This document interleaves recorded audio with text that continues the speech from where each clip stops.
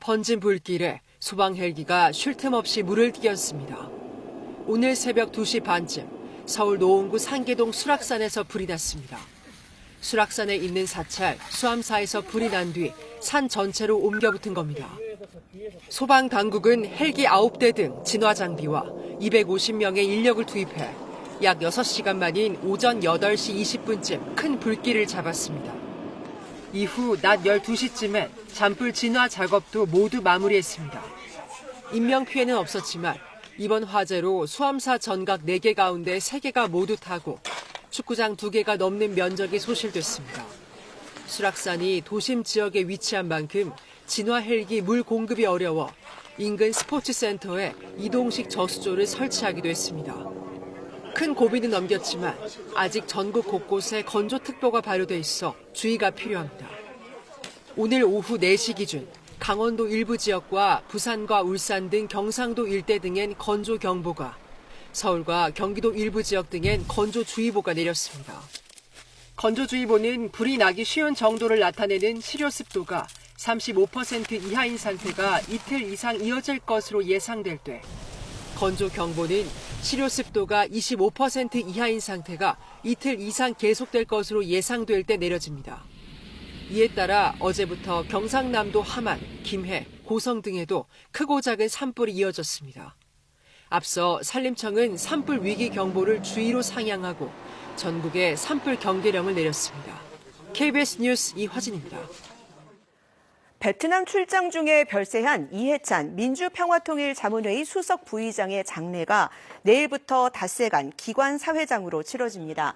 장례는 민주평통과 더불어민주당이 공동 주관하며 사회 각계 대표가 장의위원회를 구성해 기관장과 사회장을 겸하는 형식으로 치러집니다. 이 수석 부의장의 시신은 내일 오전 인천공항에 도착해 빈소인 서울대병원 장례식장으로 운구될 예정입니다.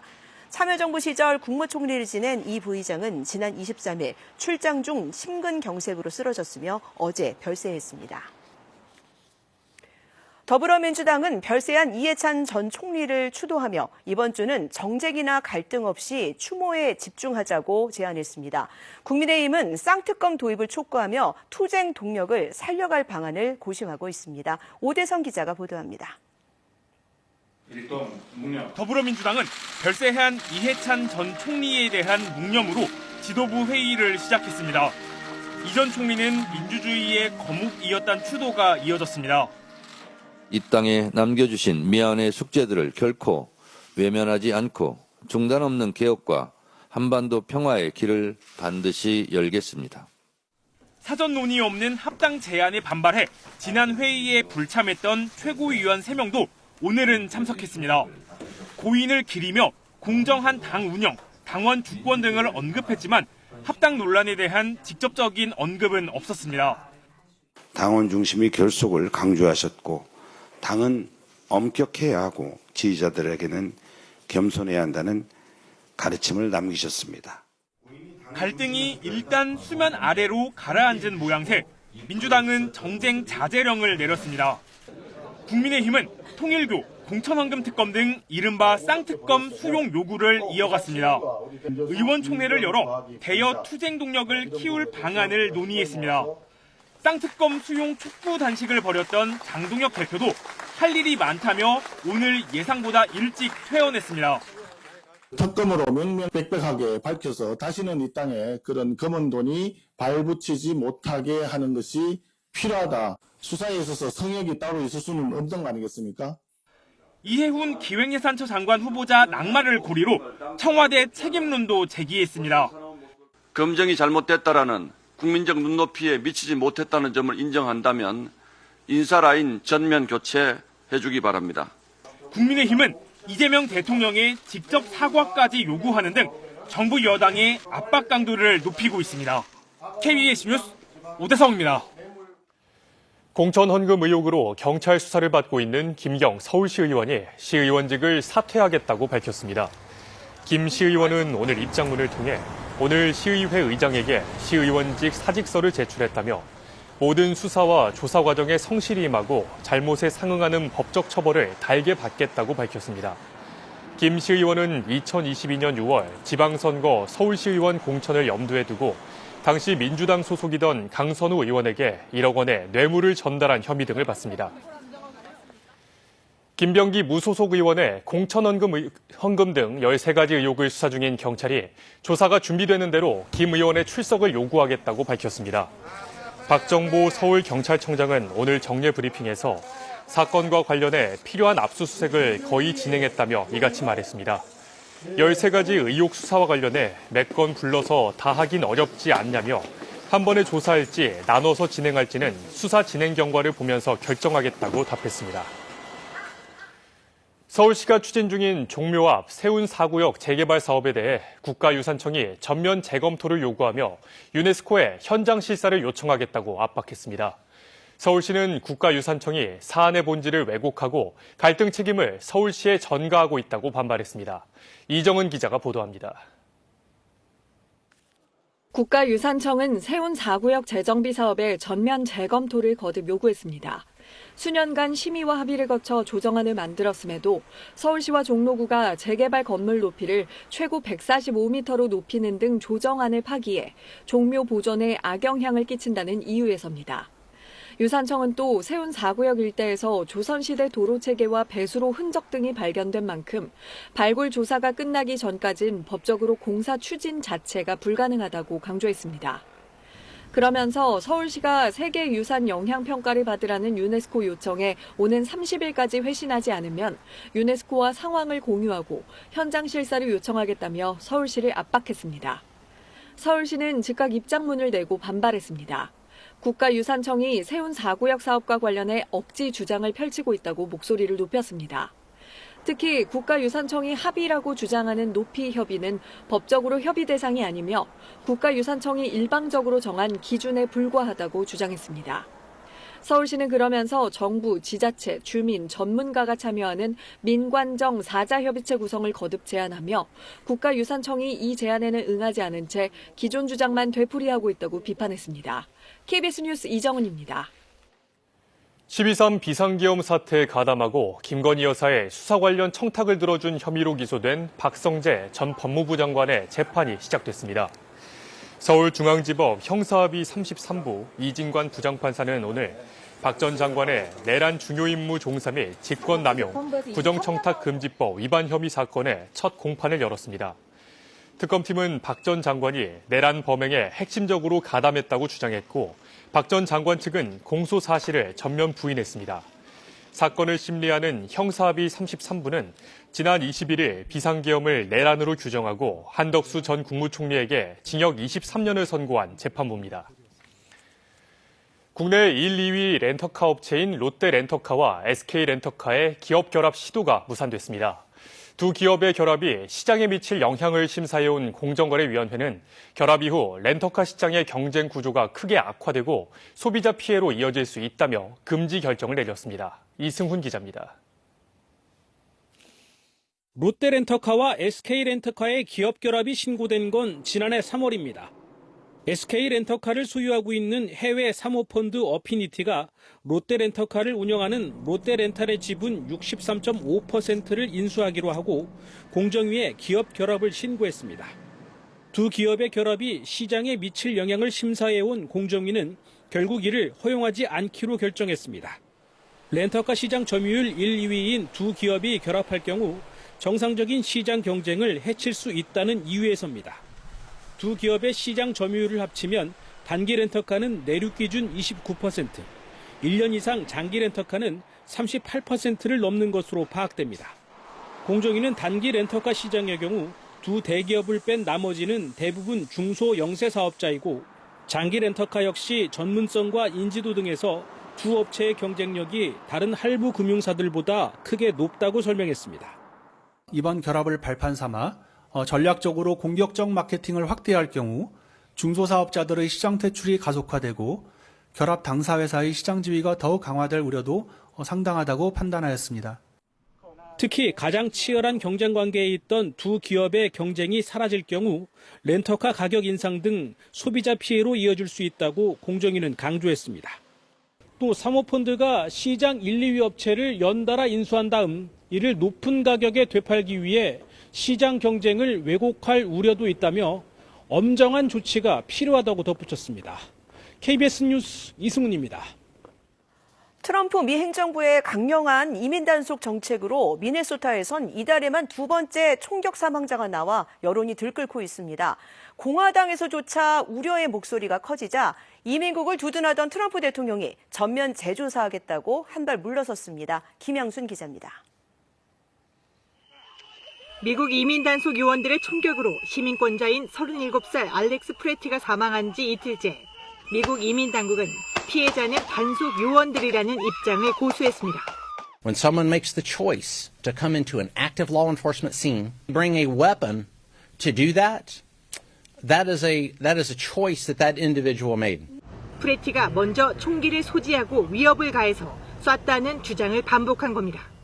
그러나 추가로 입수된 영상을 보면 사망 직전 프레티는 단속 요원들이 포위한 한 여성을 돕기 위해 다가섰다가 후추 스프레이를 맞고 땅에 넘어집니다. 손에는 휴대전화만 들고 있을 뿐 영상 어디에서도 총을 꺼내는 장면은 보이지 않습니다. So now we've got 2 Minnesotans dead. So my question is, what's the plan, Donald Trump? What is the plan? What do we need to do to get these federal agents out of our state?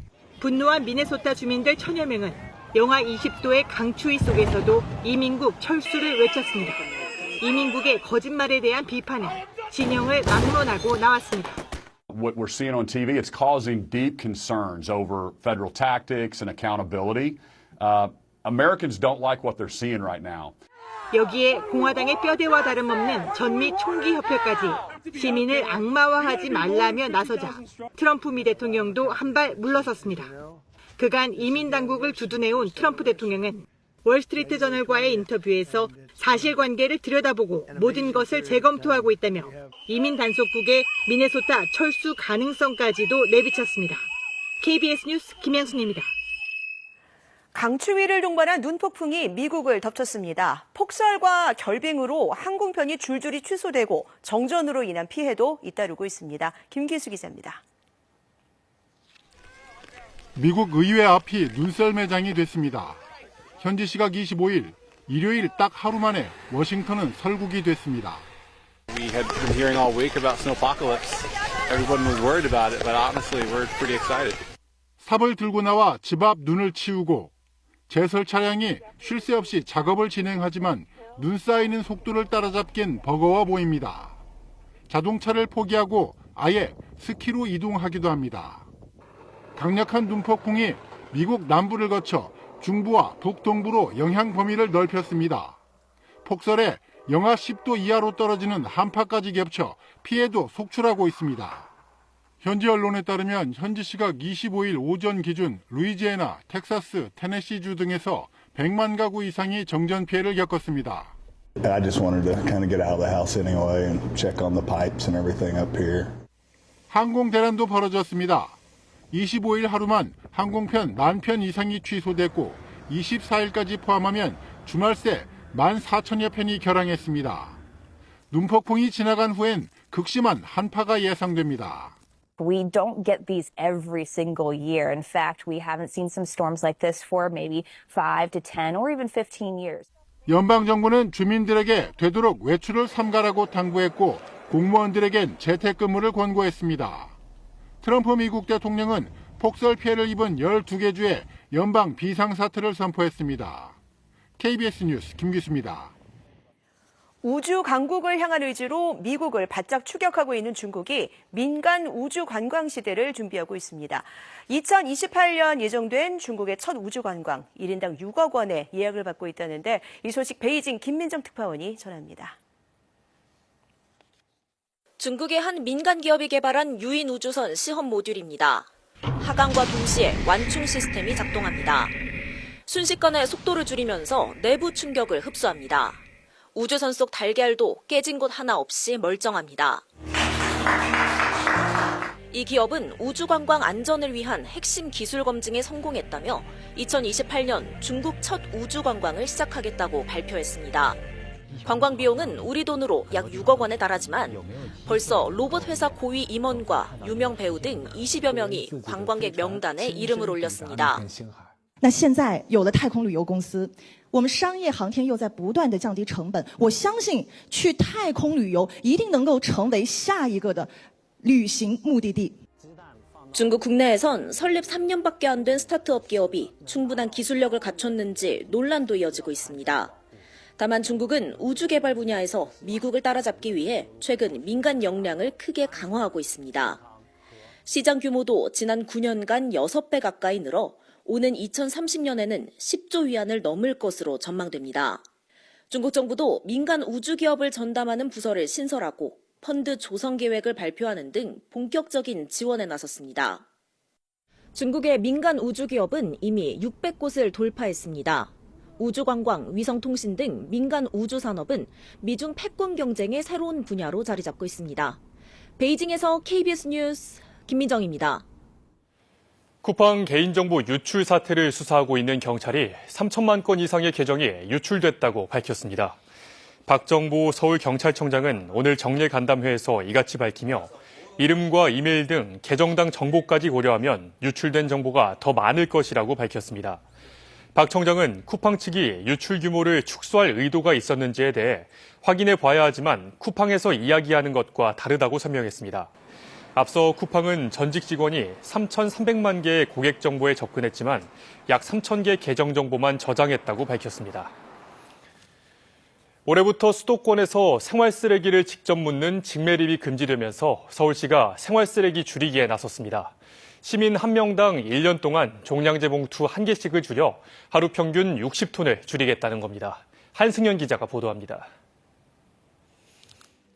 서울시가 쓰레기 배출량을 줄이기 위해 생활 폐기물 다이어트 1000만 시민 실천 프로젝트를 추진한다고 밝혔습니다. 시민 1명이 1년 동안 10리터 크기의 종량제 봉투 48개 분량의 생활 쓰레기를 배출하고 있는데 봉투 1개만큼 줄이겠다는 겁니다. 이렇게 해서 내년까지 자치구 한 곳의 하루 쓰레기 발생량인 120톤을 줄이는 게 목표입니다. 서울시는 시민 참여를 유도하기 위해 실천 서약과 배출량 진단 등도 진행합니다. 시민 10만 명이 참여하는 분리배출 실천 서약 챌린지를 운영하고 시민이 직접 배출량을 점검하는 생활 폐기물 다이어트 100일의 도전도 이어집니다. 서울시는 1000만 시민이 1년에 봉투 1개씩 줄이면 하루 약 60톤의 쓰레기를 줄일 수 있다고 분석했습니다. 서울시는 계획대로 감량이 이뤄질 경우 2년간 약 4만 4천 톤을 절감하는 효과를 거둘 것으로 기대하고 있습니다. 이 같은 감축안은 올해부터 수도권에서는 생활쓰레기 직매립이 금지됐기 때문입니다. 서울시에서 발생하는 생활쓰레기는 하루 평균 2,900톤, 이 가운데 2천여 톤은 서울 시내 소각장에서 소각할 수 있지만 880여 톤이 남습니다. 이에 따라 서울시 자치구들은 인천 경기 소각장 또는 충북 등 비수도권 민간 소각장과 계약해 남은 쓰레기를 소각 처리하고 있습니다. KBS 뉴스 한승현입니다. 가격 안정을 위해 미국에서 수입한 흰 달걀이 이르면 30일부터 시중에 공급됩니다. 농림축산식품부와 식품의약품안전처는 오늘 충남 천안시의 계란 선별 포장업체에서 수입 달걀 검사 현장을 합동 점검하고 이같이 밝혔습니다. 이번 물량은 정부가 신선란 공급망 점검을 위해 시범 수입하는 미국산 흰 달걀 224만 개 가운데 첫 물량으로 112만 개입니다. 인공지능으로 누구나 고품질 영상과 음성을 만들어낼 수 있게 되면서 이를 악용한 범죄의 피해자도 늘고 있는데요. 사회의 신뢰가 흔들리고 있다는 경고가 나오는 가운데 전문가들은 총체적인 대응이 필요하다고 목소리를 높이고 있습니다. 보도에 임주현 기자입니다.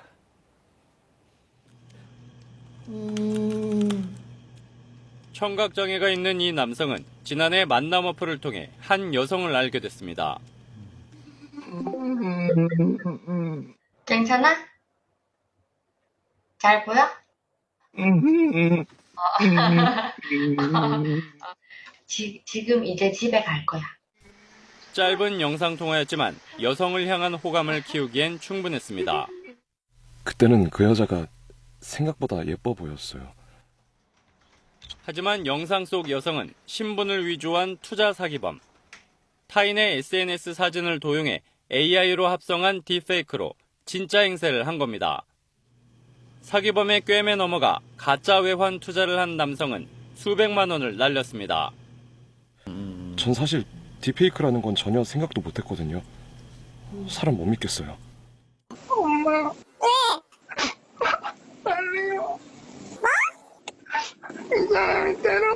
100만 원 지금 이체하세요. 20초 내로 안 보내면 전화 끊겠다. 협박범으로부터 온 전화 한 통. 딸을 납치한 것 같았지만 알고 보니 모두 거짓이었습니다. 딸한테 전화 걸려서 잘못 걸린 전화라고 목소리 3초만 딱 따면 AI로 학습시켜서 AI로 이렇게 나오는 거죠. 얼굴과 목소리까지 베낀 불법 과장 광고는 일상으로 파고들고 있습니다. 정식 라이선스를 받아 운영되기 때문에 믿고 이용하실 수 있습니다. 특허 성분 서파 수면을 유도하는 천연 성장 성분으로 챗GPT의 창시자 샘 올트먼조차 진짜와 가짜를 구분하기 힘들어졌다고 경고합니다. 인류가 지금까지 쌓아왔던 사회 전반적인 신뢰, 이거를 AI가 완전히 무너뜨릴 거다. 그 신뢰를 회복하기 위한 비용이 추가로 드는 거고요. 우리나라에선 지난 22일 세계 최초로 인공지능 산업 육성과 규제를 아우르는 AI 기본법이 본격 시행됐지만 사회적 합의라는 어려운 숙제가 남았습니다. 이 때문에 제도적, 기술적 방안 등 총체적 대응이 시급하다고 전문가들은 지적합니다. 어쩔 수 없어요. 우리 대가를 치러야 되고 그 대가를 사회 구성원들이 나눠서 짐을 져줘야 돼요. KBS 뉴스 임주현입니다. 이어서 오늘의 주식 시황을 KB증권에서 전해드립니다. KB증권입니다. 코스피 시장 나흘 만에 하락했습니다. 코스닥은 7%대 급등하며 사흘 연속 올랐습니다. 4년여 만에 천선을 돌파와 매수 사이드카가 발동되기도 했고 기관은 2조 6천억 원 넘는 역대 최대치를 매수했습니다. 오늘 코스피는 40.48포인트 하락한 4,949.59에 코스닥 지수는 70.48포인트 상승한 1,064.41에 마감됐습니다. 주말 미국 증시 혼조 마감했고 코스피 시장 장중 5,023포인트 돌파하며 사흘째 신고가 기록했지만 하락 반전했습니다. 수급에서 외국인과 기관이 동반 매도를, 개인은 순매수했습니다.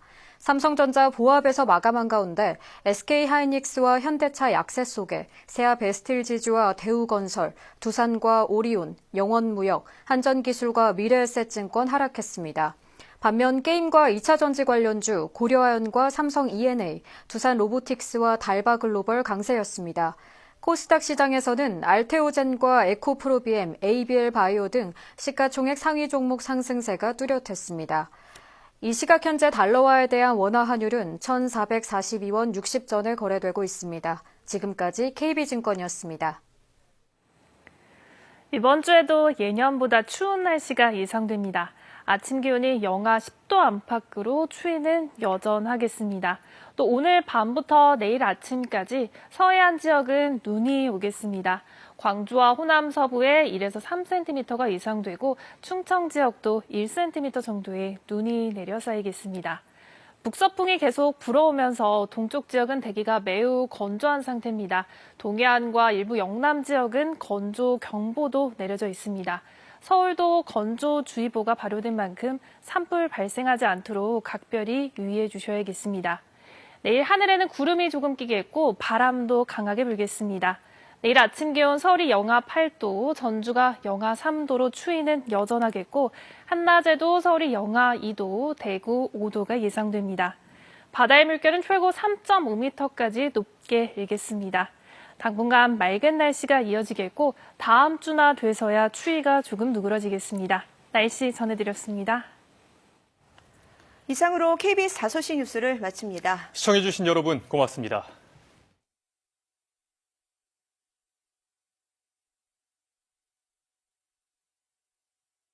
노년층 겨울철 낙상사고 예방법.